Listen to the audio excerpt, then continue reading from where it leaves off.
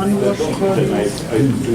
I'd like to thank everybody for coming to the seminar. We're honored to have Dr. Peter Bechtold from the European Center to talk to us today.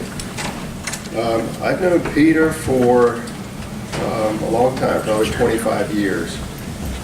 And I want to tell you a little story about Peter. So when I first went out to Oklahoma back in the late 90s, I really wanted him to come visit us out there. And so I said, Peter, you come visit us and I'll take you storm chasing.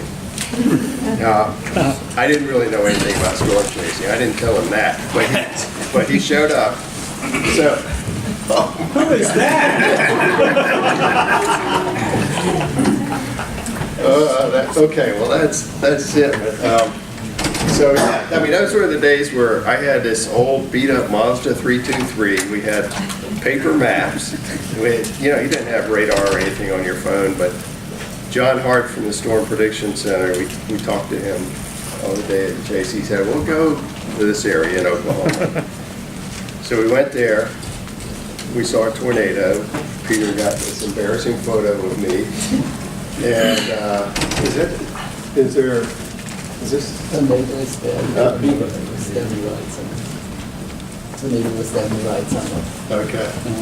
Yeah. That was amazing. So anyway, like I say, we didn't really know what we were doing. It was getting dark, and the sun was setting, and it was beautiful. We could see the tornado off to the east.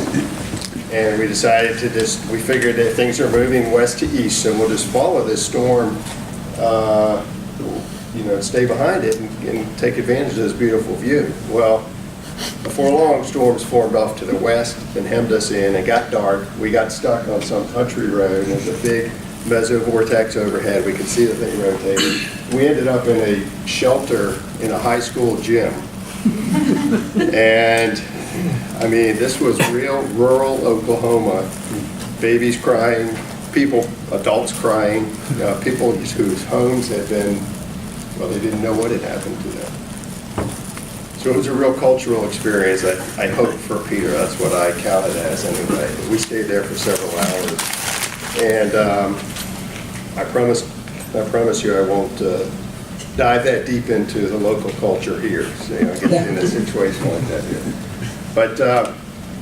But Peter is a distinguished scientist. It's been a pleasure to work with him.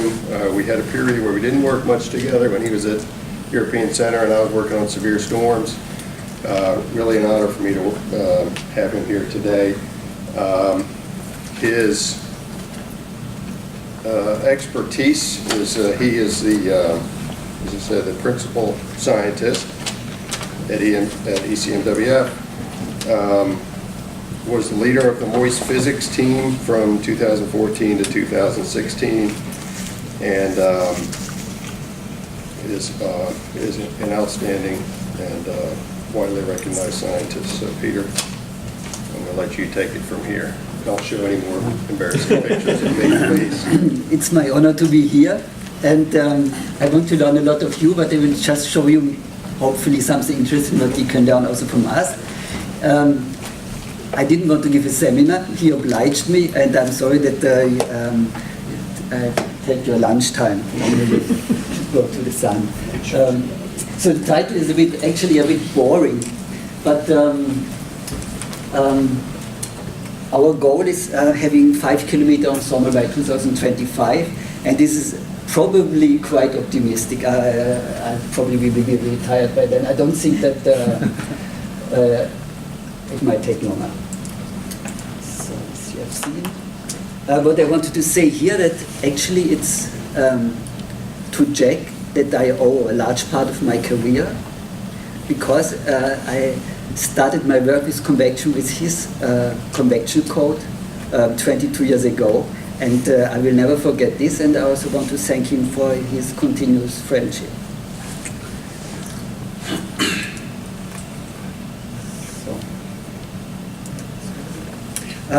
So now you might not be familiar with our system, that's why I repeat it. If you have seen it, doesn't matter. So what we did in 2016, we went for the resolution of what is called TL1279. So you have still spectral as you. 1279 is the highest wave number, to a grid that is TCO 1279, show in a moment what it is. So the highest run goes from 16 to 9 kilometer, the ensemble from 32 to 16 kilometer.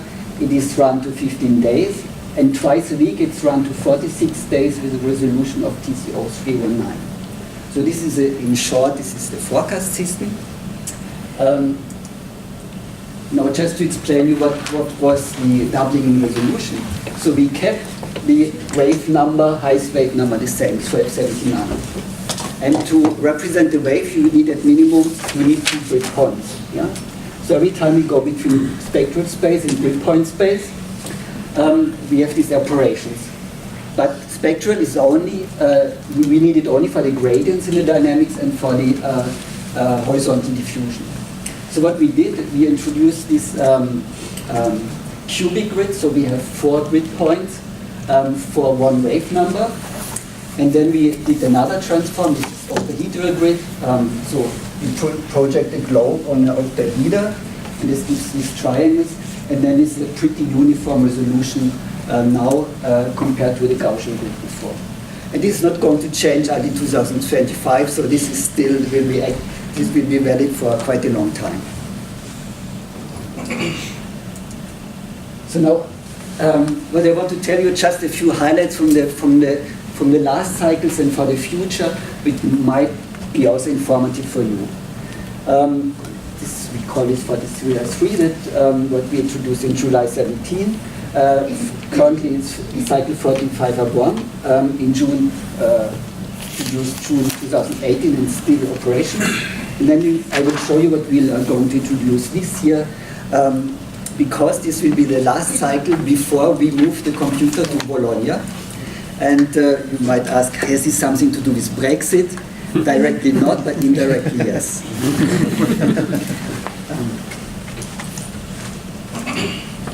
Okay, so one part of this cycle 4303 was describing the humidity errors, also by what we call variances from the ensemble data assimilation. And what you learn from that is that if you improve the humidity, you improve the winds, especially in the tropics. So humidity analysis is moist variables is now one of the most important informations in data, and you have to be careful with the humidity analysis. The other thing what we had to do is we had problems with tropical cyclones. There started to be some analysis that looks like a double I cyclone, so this was pretty bad, and we got critics.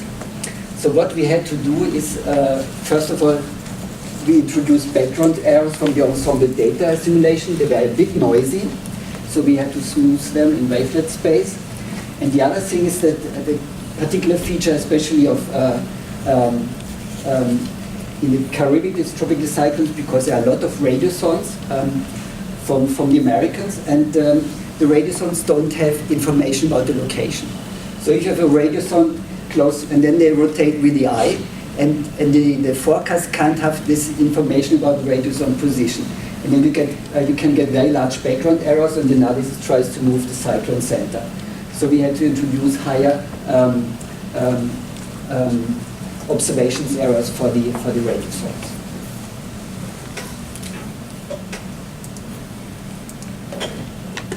And another thing that was introduced and is a new radiation scheme. It's called ECRAC by my colleague Robin Hogan and Alice Bozzo. Pretty much compared to what you have, RTM, the results in the troposphere are more or less the same. It improves a bit the bias in the stratosphere. It's more accurate in the stratosphere. But essentially it's faster, and it will allow us to use 1 hour radiation step in the ensemble, which uses currently still 3 hours.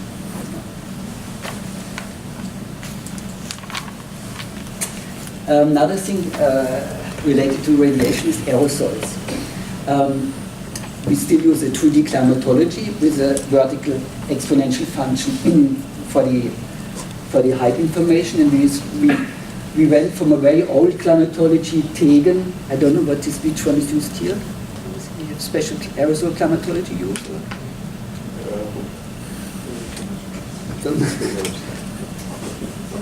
Nobody knows. Well, no, this is very old thing in climatology. We introduced the climatology which is based on our own reanalysis system, it's CAM system, the Copernicus system. And what is shown here is the optical depth. So you had this bias over over Somalia, Arabia, and this caused an overestimation of the Indian monsoon because the diabatic heating was wrong.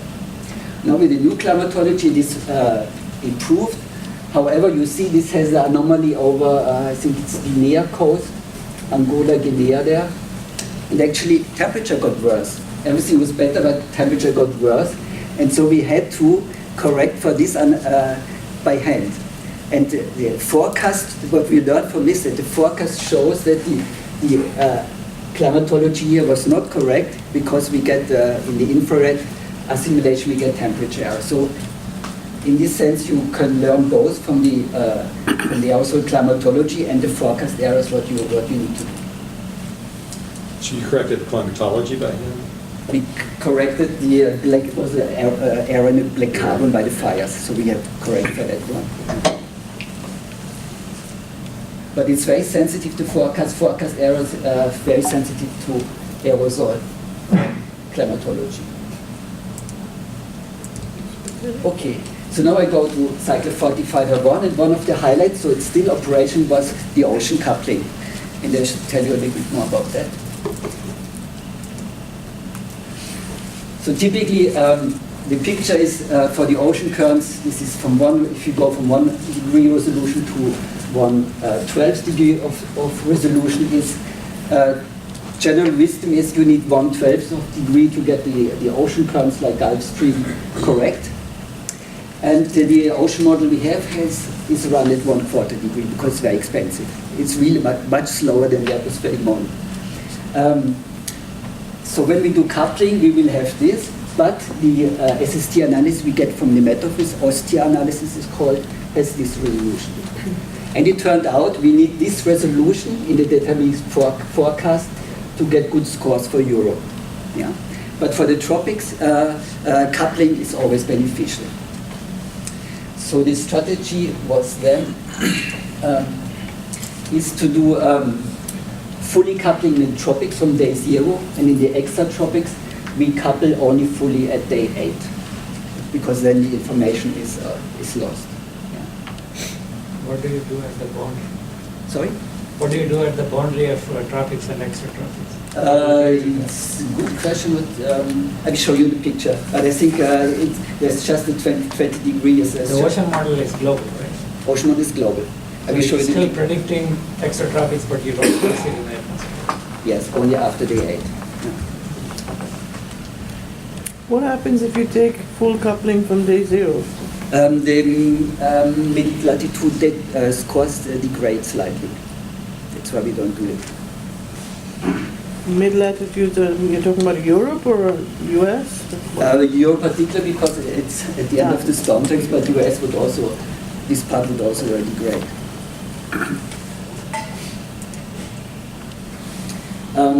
In coupling, actually, the main effect of coupling is the cooling by the wind, but also warming by the irradiation.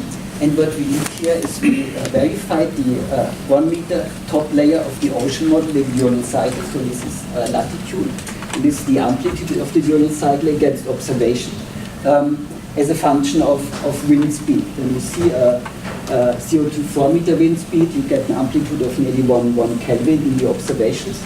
And also in the ocean model, especially in the tropics, and as you expect, the higher the wind speed, the amplitude of the diurnal cycle goes down. And the ocean model does this quite realistic. Forget about this. I think this is an error with the observation. Okay, so now main effect is tropical cyclones. And then now the high resolution is also coupled. Before was only the ensemble. So does this improve the position error of the tropical cyclones? No, it didn't. However, it improves the intensity, and essentially makes them less deep. Negative feedback. But if you have a system where the tropical cyclones are not deep enough, it will not help you for that.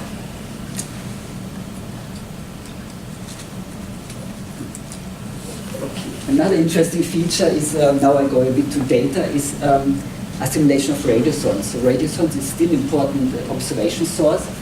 And now we have a new buffer format, and then we can take into account the radiosonde drift.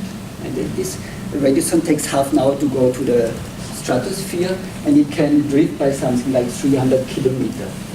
Taking this into account improves the first gas departure by something like 0.2 meter per second, 0.3 meter per second. So which radiosondes are assimilated by this system now? And this is the global map, and the radiosondes in blue are all the radiosondes that have this buffer, the high resolution buffer, where you can compute the radiosonde drift.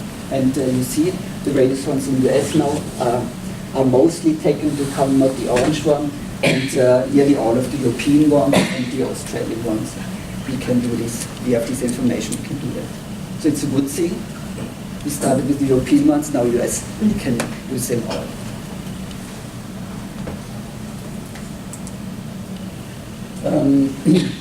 This is something about the microphysics, where we had problems, switch a little bit in subject, we have problems in precipitation close to the coast. It was mainly at the coast and doesn't move inland. This has to do with the auto-conversion rate, and for this my colleague had to change quite a lot of things in the microphysics, and now we think that's more realistic inland. What kind of microphysics do you have? So there's prognostic rain, snow, ice, and liquid waters, and the prognostic microphysics, and prognostic cloud fraction.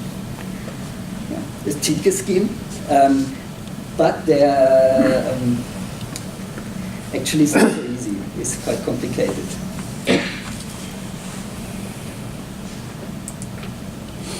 And not everything is obvious in the scheme, and we are revising some part of it. So this will be for the next cycle. So another thing that is shared by many models is the shortwave radiation bias. So if we tested physics, we run this every night. Radiation, look at radiation, precipitation, and so on. And most models, and the GFS model, IFS is no exception, means that in tropics, the cumulus regions are too reflective, what is here in green, and the stratocumulus are not reflective enough, but also the storm tracks, especially in the southern hemisphere. And what is it? In these storm track errors is mainly error in liquid water content. So the way of liquid water above the ice clouds, especially in the training region by shallow convection and congestus clouds, this is the underestimation of the liquid phase.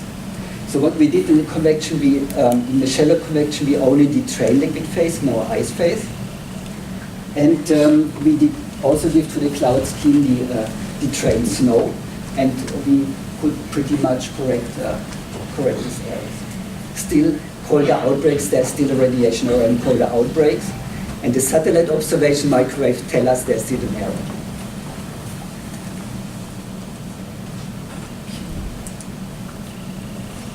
So I don't know who works here on stochastic physics.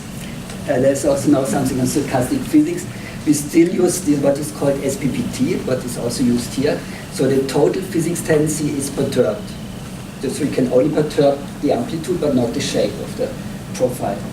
And this is the output, directly the output at some instance, 500 hectopascal temperature, the tendency from stochastic physics. And you see something very strange is this yellow feature here. So the others makes physical sense, is convection and microphysics, but this one is shortwave radiation. So why on a certain instant of the globe the perturbation should be like that? That doesn't make sense. So we remove the shortwave radiation from the SPPT perturbation.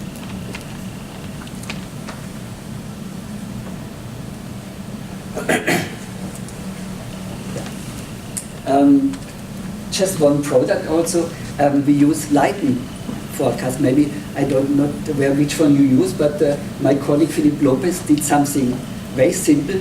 There is no electromagnetics. It just uses the output of the convection scheme, escape, connective cloud base height, and the frozen water content, code is actually just that long for the lightning. And this is the probability of lightning strikes per 100 square kilometer. This is the observation in ATDNet. And actually the product is pretty reasonable. And if it's not good, it means the convection has problems. Yeah? And as you see here, quite clearly, actually this is the diurnal cycle over 3 different types of observations. So over Europe in summer, and you see the diurnal cycle, model black, and observations here. You see it's pretty good, but it underestimates the late evening and the nighttime convection. And this is our main model bias. And you see it in that part, this older study from precipitation, this is US against radar. Convective precipitation, you see the same problem, underestimation of nighttime precipitation. So if you go now to 2 kilometer resolution of 1, you will get much better, but even the 1 kilometer model still tends to underestimate a bit the nighttime, but not as much as this, of course.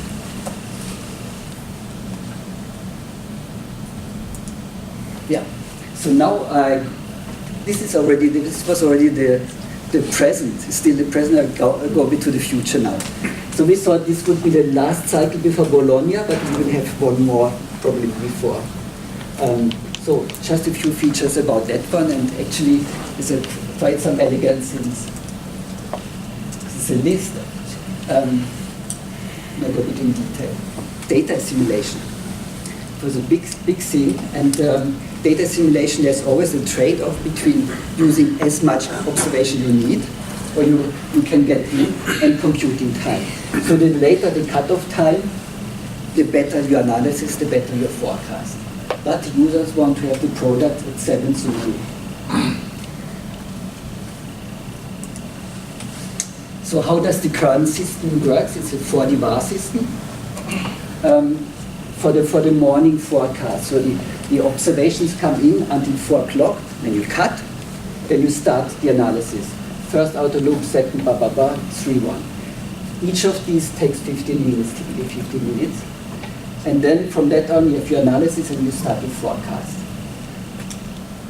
But it's pretty, if you think of it, it's a pretty stiff system. And the colleagues had, I think, a very beautiful idea is to get rid of this fixed thing and do as what's called quasi-continuous data simulation. It's not yet there, but it's the first step to do this.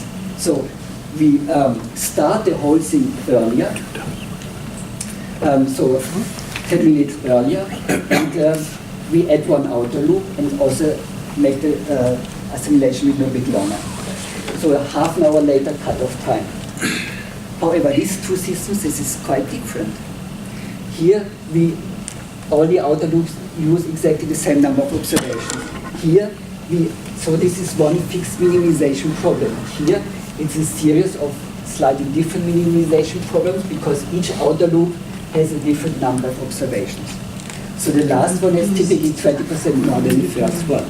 And we thought this is a problem, but actually it's not a problem.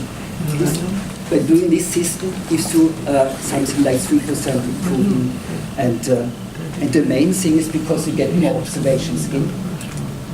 And this is shown here. So this is by doing that system, the number of observations you get in addition to the current operation system. So this whole should be then operational in May this year. So before Yeah. so none of these dots would show up if you were doing your original, No, this is additional observations. all additional Yeah, observations. all additional observations.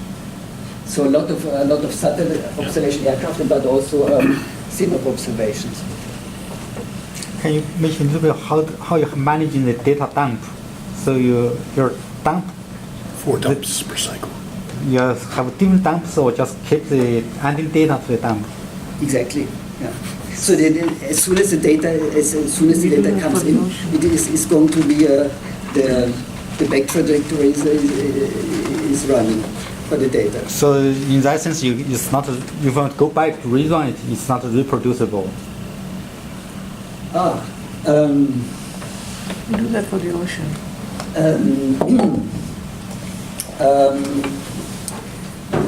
So you're probably right. So there are two things. There are two long window data simulation streams, the 0 and 12, who run. This is for the forecast, the forecast that really goes out to the user. But the long window, they are reproducible.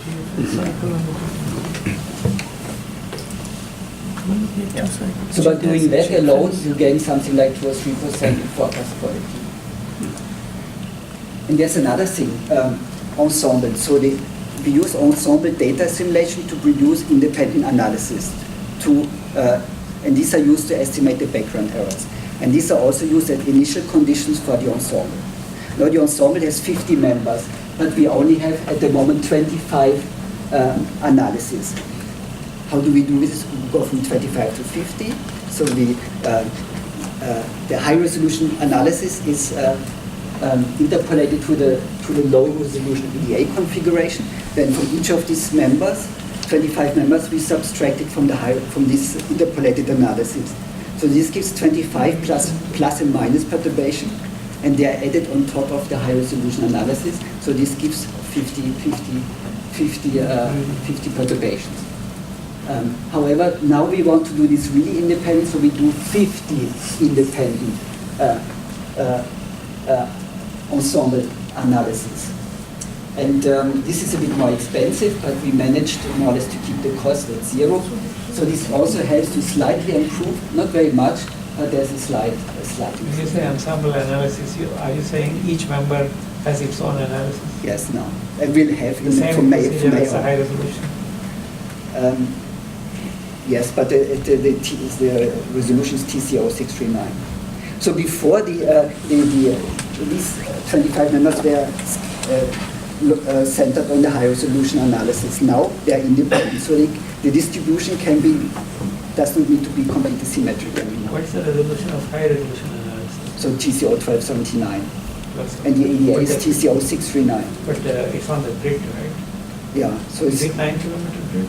16 kilometer is the EDA, and 9 kilometer is the high resolution. And the ensemble is also 16 kilometer. Yeah. Another interesting thing I found, if you work on satellite data simulation, this geostationary is not the most important source of observation, relatively modest impact. So the weighting function peaks around 300 to 500 hectopascal. But there's an interesting development my colleagues did is in the RTT-TORF, so the radius transfer model, they take into account now the zenith angle, solar zenith angle, and this allows you to extend your geostationary disk and to get more data in the extratropics. And this geostationary data is complemented by the atmospheric motion vectors. So it's the wind information. This is used at typically at 50 and 200 hectopascal from the geostation. Yeah. To answer your question about the ocean. So currently we still use coupling in the tropics from day 0 and from day 4 in the extratropics. So this is called the Ostia product. In Metaphysics, and the ocean model is our coupled ocean system. You see the border where there is some interpolation. There's some interpolation. But the ocean model is running all the time. All the time. Yeah. But it's using the atmospheric forcing. Yes. Yes. But after day 4, you start coupling fully. Yes. But now comes the point. The analysis uses constant SST. This Ostia, the analysis system. So if you come at day 0 in the tropics, the tropical analysis really has used constant SST, and you start your forecast with the ocean model. There is some discrepancy. Yeah. So this is currently still there, but we have to use the ocean coupling in analysis called the recoupling, and then we get also now a better agreement in the tropics. What about the SST in the Bechtold case? Is it a top layer temperature or is it really the surface temperature? So the couplet has the first mode level is 1 meter. Yeah. But for the diurnal cycle, actually we use a skin layer on top of it. Okay, so this was about, we thought this would be all now for 46R1. We probably have one more cycle.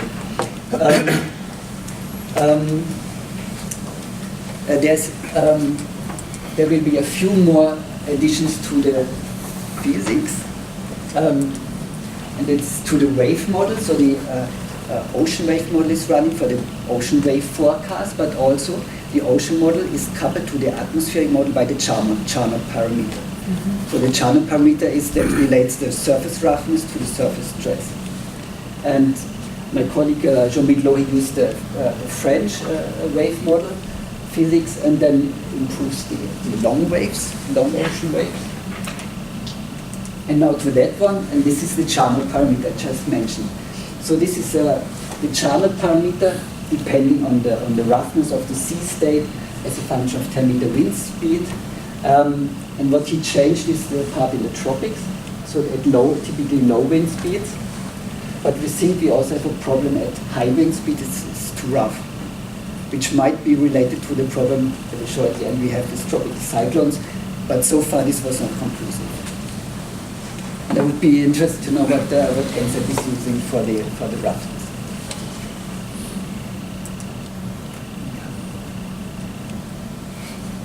Okay, so summary, what expected in May should be something like 2 or 3%, everything together. Yeah, that's it. That's thought to be the future, but there are going to be, in the last 10 minutes, something about the longer plans and the other things we are working on. And this is that list, and I just fill it with some pictures. So this is actually a problem, and this is a winter lake convection in the US. You know much better than me. So this is a radar observation, downwind snow, and this is what the operation model is doing. So it's not bad, but it produces too much convective snow over the lake where the instability is and not enough convective downstream. So this is the advection problem in the convection we have, also by some mesoscale convective systems. Well, that's a fact. So we need to work more on this. The other thing is going to high resolution. This is essentially my colleague Irina Sandu's working on this, what we do with orography, what we do with the drag. So we run higher resolution models and evaluate the resolved and the parameterized drag over the Himalayas and another system don't remember where, and compare this with the metaphors especially. Then for convection we have something high resolution. We can run also the IFS at 2.5 or 1 kilometer globally, but just experimentally. And we compare this observation with the ICON model from the German Weather Service because they use the same convection scheme. And you see it gets quite noisy in the tropics at high resolution. And the propagation is actually quite difficult. If you always ask to look at, especially Sahara Africa, it's most this Sahara is most difficult. You can get inertial gravity waves in the model where the convection parameterized moves to the east against the wind, yeah, because of the absorption of the westerly part. But in reality, it is advected with the wind. So this is extremely difficult subject. And this is maybe one of the second. Do you change waves when you go to that high resolution, like 2.5 kilometers? The waves 1279, are you changing that? When you go to 1 kilometer? Yes, this is actually this one. I think this was a TLT linear grid 7999. Yeah. So 799 waves. 799 is wave number. 79. Yeah. Ongoing. Another subject, I don't know who is working here on the surface. 2 meter temperature, big problem in winter, especially Canada, Russia, Scandinavia. Snow is, there's something with low level clouds, and there's also snow. And we have there's a nice station in northern Finland, it's called Sodankila, the polar circle, where they have a lot of measurements. And this is a profile from the observation. So here's the surface. This is 1 meter 6 snow in the soil. So this is a profile from the observations, and we can compare this with a model. So soil temperature, okay. Snow temperature, not bad. But skin temperature, you can see much higher in the model than in the observations. And sometimes we can have error 10, 20 Kelvin. Yeah.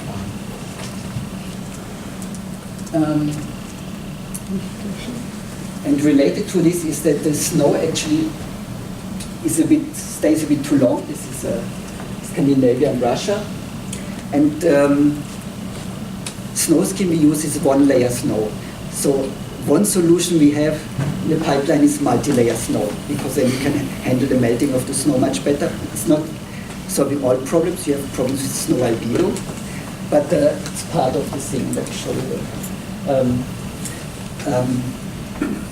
One of the things we can do is, so this is again the station Sodankila between December 2016 and June 2017. So this is the snow depth, and there were measurements in the snow depth every few centimeters of the snow density by these observations. So the snow depth increases in spring to more than something like 1 meter. And the colors is the snow density, and this is the model forecast concatenated every 24 hours. So with the multi-layer snow, you can do interesting things. You see, at the end of the season, the snow gets compacted and gets compacted down. Density is very high. Fresh snow is density 1/10 of water. Does this vary a lot from place to place? Or Very good question, and I don't know. Probably the main message I want to give here is to meet the temperature. And the main thing is that they drop down a lot during the night. And in the observation, you can see during the night, this is, was I think last year, it goes down suddenly to 25 Kelvin. And the current operation model, the Durant cycle, is very weak. Yeah.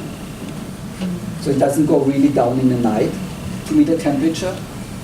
And these people in Sweden, if you ask the forecasters, they immediately add 10 Kelvin, make it 10 Kelvin colder if they see forecast. Do you predict 2 meter temperature or diagnose? We predict it's post-processing between the 10-meter level and the skin temperature. But skin temperature is the issue. Yeah? So with the multi-layer snow, you get a better Durant cycle, so it gets colder, not completely there, still errors with probably snow albedo or something else, but it really helps. And this is one of the forecasters, 2 meter temperature, 10 meter wind, that's what they want. So what is the physical mechanism of that? I mean, is it just the heat capacity of very... Exactly. Calories? The main thing is the heat capacity, yes. Yeah.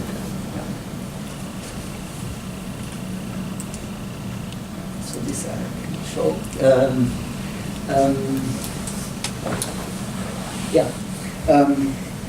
This one we talked a little bit with the colleagues about the evolution in the stochastic physics. So it's still total tensor perturbation. We want to use parameter perturbation. This works very well for the convection in tropics, but exotropics is still not okay. So we cannot put it operational yet. So we will need to wait another 1 or 2 years. Nearly there, but not there yet. So 5 minutes I will finish. Is this okay? Sure. Or is it too long? Yeah. This is also a very interesting thing for the ensemble. So how do you run your ensemble system efficiently? What do you use? This is what my colleague Martin Leupacher worked on this a lot. So currently we use 50 members at the resolution TC0639, 60 kilometers. But we want to use the computing time in an optimal way. So we can also think of using, instead of 50 members, we can use 200 members at the lower resolution. Or we can use a mix of high resolution and low resolution ensemble members. And if we evaluate this in what is called CRPS, this is a skill score, So everything that is negative is good, and what is positive, there is a degradation. So actually what you see, whatever you do, if you decrease the resolution, it's bad, but this 40 members low resolution, 40 member high resolution is actually better. Yes? So you have to can see carefully how you optimize your ensemble configuration. And the other thing is vertical resolution. So at the moment we always increase the horizontal resolution, but we have problems in lower stratosphere because of gravity waves. The gravity waves cannot propagate because they are absorbed mainly by the grid spacing. So then it gets cold bias. And if we increase the resolution in the lower stratosphere, so we would need to go to 199 or something in between levels, we can get rid of large part of this without changing the numerics. And this is actually hampers currently also the monthly predictions, these stratospheric biases because of gravity waves. So the higher resolution, the worse the problem. So we really have to do something on that. So do you use gravity wave drive with this higher resolution? Yes, but it's either resolved. The higher the resolution, the more resolved gravity waves you get, and the more break wrongly in the lower stratosphere. That's the problem. Okay, 3 more slides and then I'm finished. We have an open IFS model, just to mention for the community. For the optimizations, what I just said, optimal ensemble, and also one is coming now single precision. We still have problems in data simulation, but typically runtime is 40% faster in single precision than the current out precision. Only just to mention, we also have your beautiful FV3.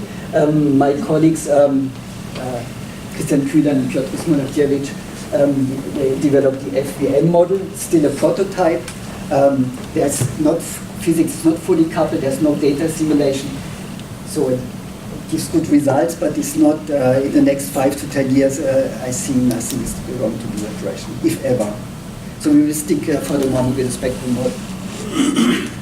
So let's skip this, and I want to finish with something on EOLUS. You might have heard about the EOLUS satellite.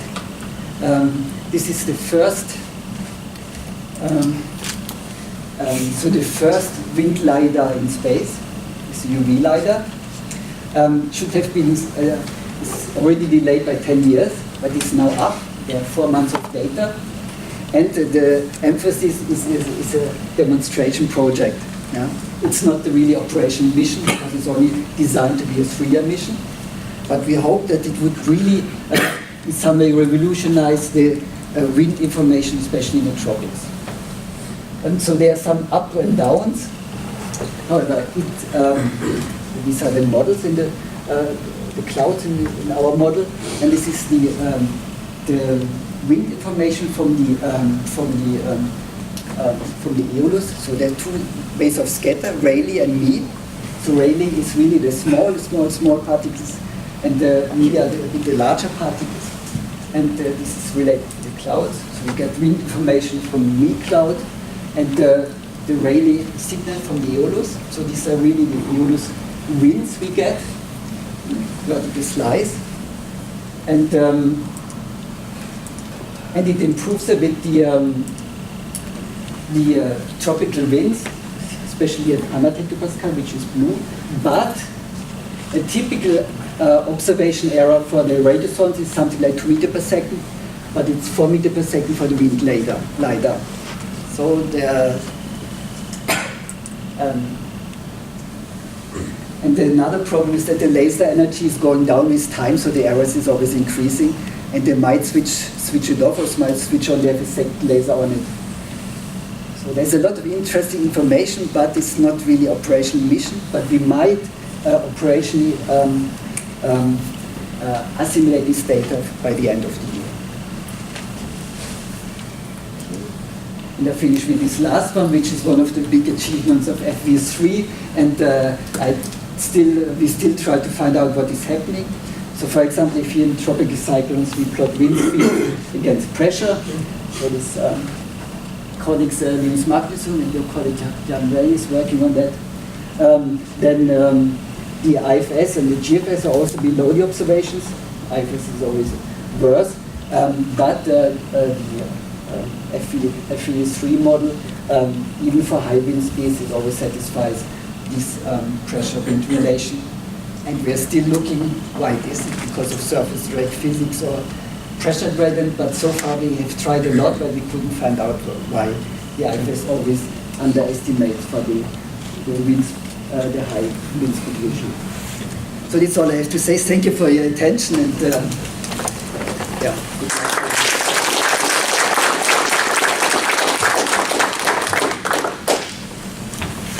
All right, questions for Peter? Yes. The very first slide you talked about scalability. Can you say something what you have in mind? I'm really not specialist on scalability, but it's one of our biggest projects. Yeah. So there's so many people now working on scalability. We don't get more people in the model itself, model improvement, but scalability is so all kind of aspects. New algorithm is dwarfs. So, but I don't know if this leads to something.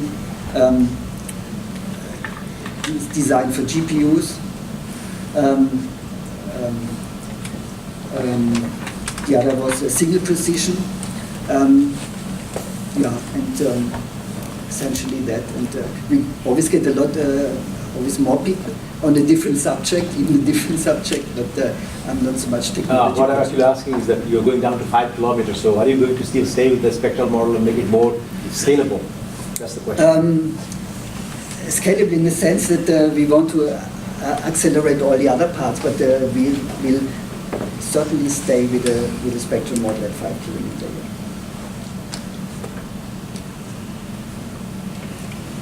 How much wall clock time does it take per day of simulation in your deterministic model? Yes. So the typical benchmark is 2 hours for a 10-day forecast. 12 minutes. This is what we need. 12 minutes. Yeah. And this will be the benchmark for the 5 kilometer model. If we cannot achieve this, we have to delay. For the ensemble. No, I'm talking about the deterministic. Yeah, 9 kilometer right now, 137 layers. It's just below the configuration we run is just below 2 hours. And that is using the coupled module. And this is using the coupled modules. How much resource ocean takes compared to atmosphere? I think it's on the order of 20-30%. It's at quarter degree though. Yes. No, the ocean model is still quite slow. The wave model also, the ocean wave model is also still quite slow compared to the It's where is also interacting with the atmosphere there. by So the charm. charm. By the charm. Other questions? Yeah, basic plumbing question. When you're writing out the forecast for both the deterministic model and the ensemble, Yes. do you write full state, or do you do some post-processing as a component of the IFS? Yes. And then write derivative products? Yeah, absolutely. So the deterministic or high res, yes. For the ensemble, we don't post-process model. In general, we don't do model levels. Maybe for the first 2 days or something, but we only a few pressure levels for the ensemble.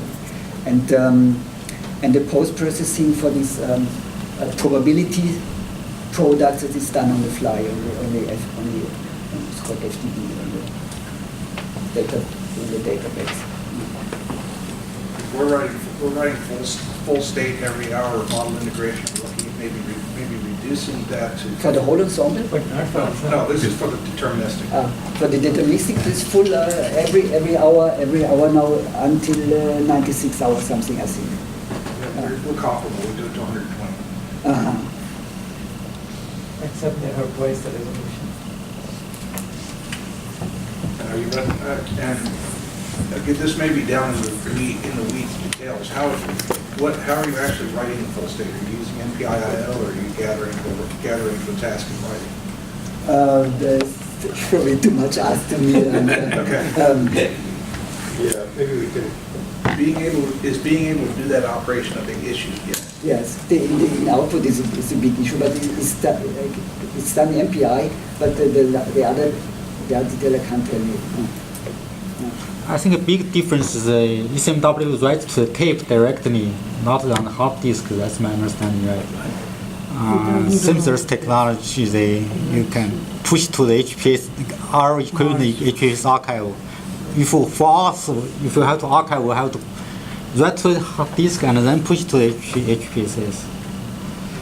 But that doesn't slow down computation. Yeah, the way to store is the question. Yes, storage, they have to totally different storage technology. Subaru had a question. What are you doing for couple data simulation?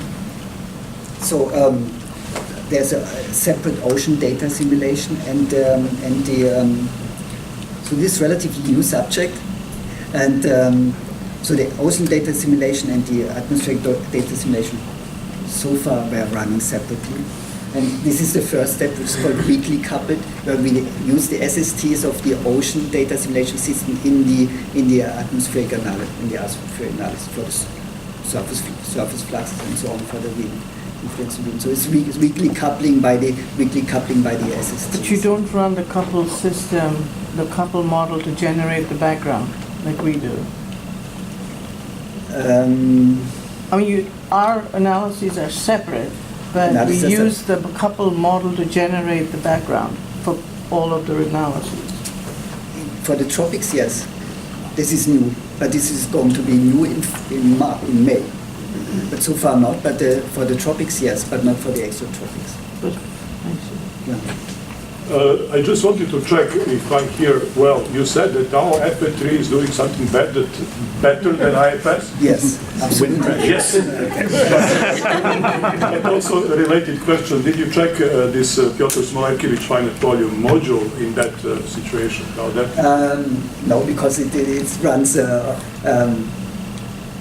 so far on aquaplanet, so idealized cases it doesn't run really on real cases. Yeah. But exactly that question, this was one of our last hope questions. If this one doesn't do it, when we couple it to some physics, then we don't even need to go further. There's something we don't understand at all. Yeah.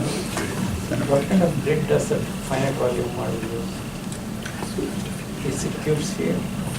No, this one. So they use the same octahedral grid. Yeah, it's fun. So find the volume, but exactly the same octahedral grid. We have a couple more questions. If there are, yes, Walter. So the stochastic physics say turning off SCAD. Is that just in? You saw this. I didn't say. Yeah. Is it just in the data simulation, or is it free form forecast as well? Well, yes. So what we do is we have to be consistent. If we don't do it in the fork.